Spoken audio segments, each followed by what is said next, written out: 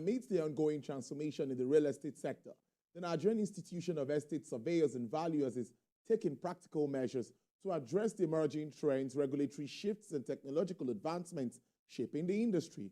With the evolving landscape of the real estate industry presenting both challenges and opportunities, Nigerian Institution of Estate Surveyors and Valuers is playing a critical role in shaping the future of the profession and driving sustainable growth in the sector. But what are some of the new developments in the sector vis-a-vis opportunities in that space?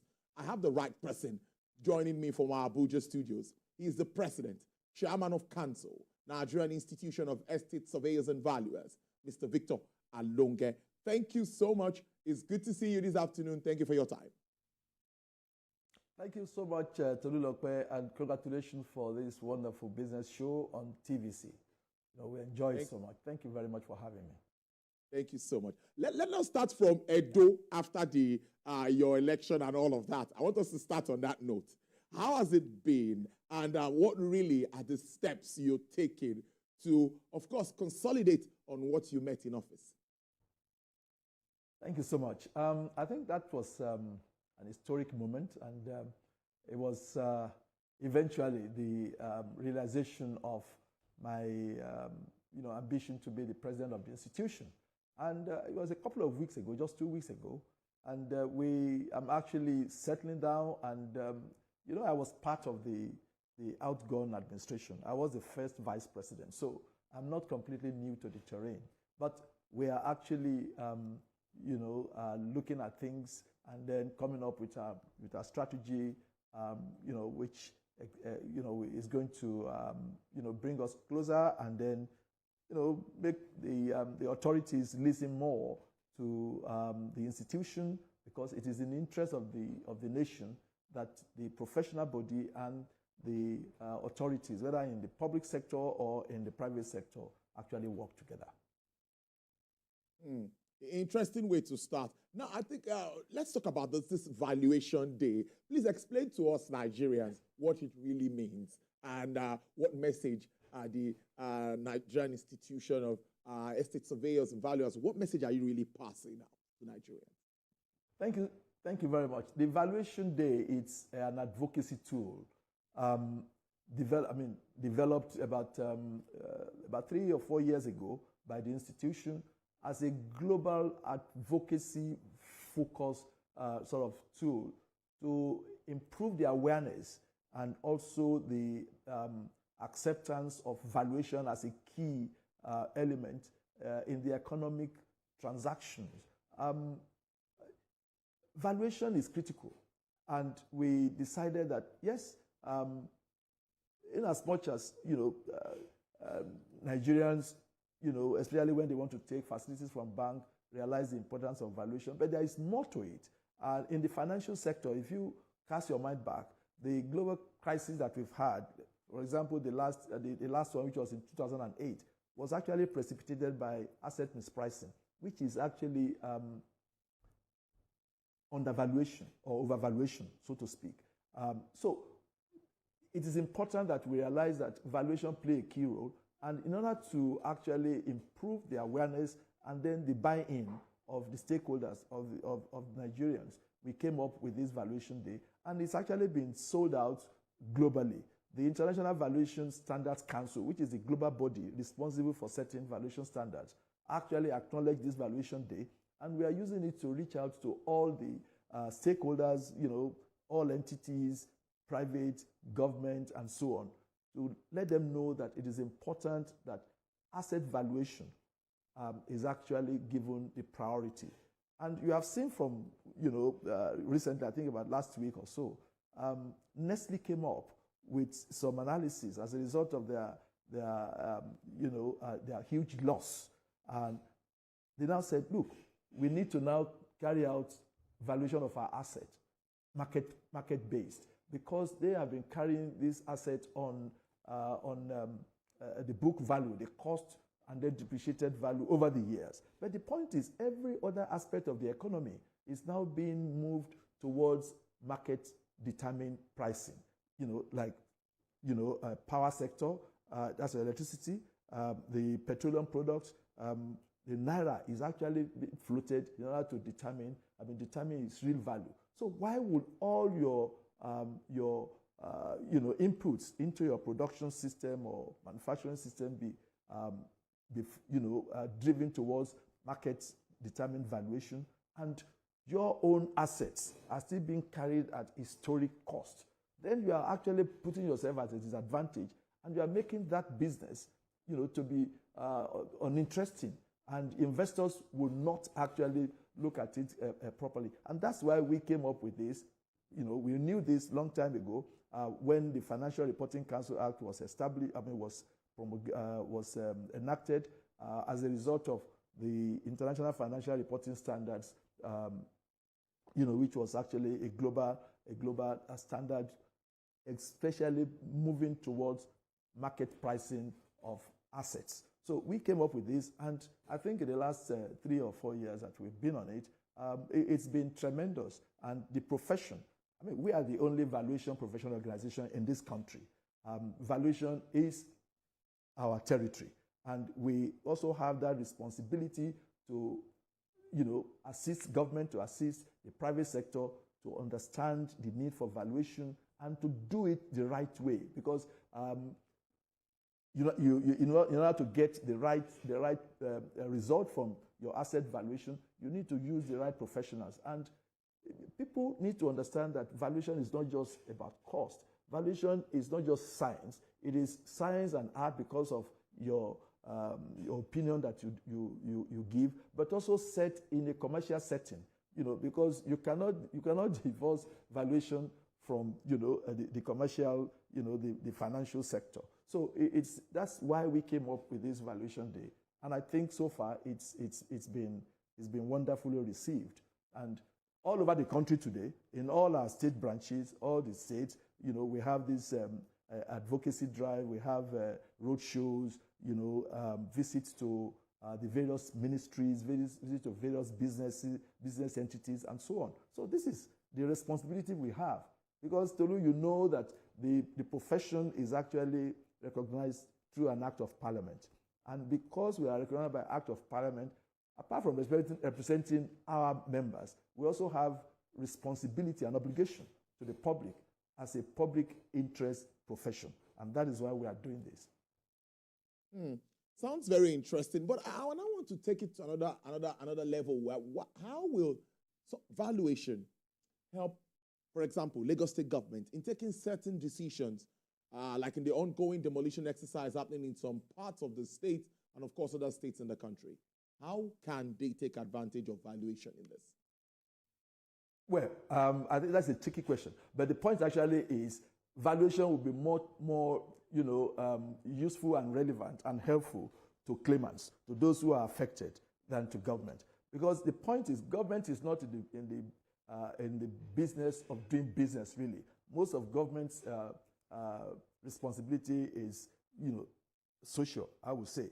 But we're having a compulsory acquisition process, in the Coastal Road project. And government wants to have this project, and they need to have access to the land that they will use, and they need to acquire properties. But the point is, in this country, as of now, valuation for compulsory acquisition and compensation is a statutorily determined valuation. What I mean by that is that how you do it is already set out in the law, and you cannot actually apply market valuation. But in some jurisdictions, like in Europe and in America and so on, in fact, the World Bank standard is market-based valuation, because if you're acquiring somebody's property, you need to pay the market price for it. But in Nigeria, when your property is acquired, government does not pay for the land. The only thing they pay, because they believe land is owned by government, they just give you a lease of it.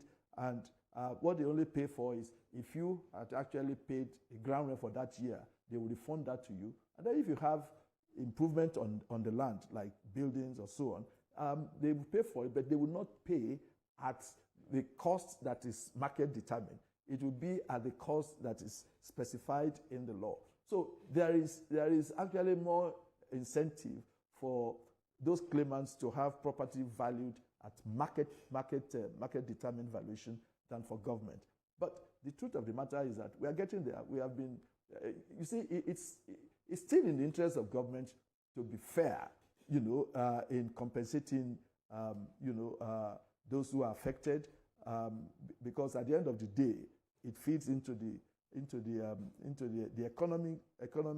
economics of those claimants, and you don't want to make people poorer, and you still want to promote productivity and whatever. So it's still to the benefit. It will be to the benefit of claimants if property valuation is carried out in market base when you are doing compulsory acquisition, like what we are having in Lagos State.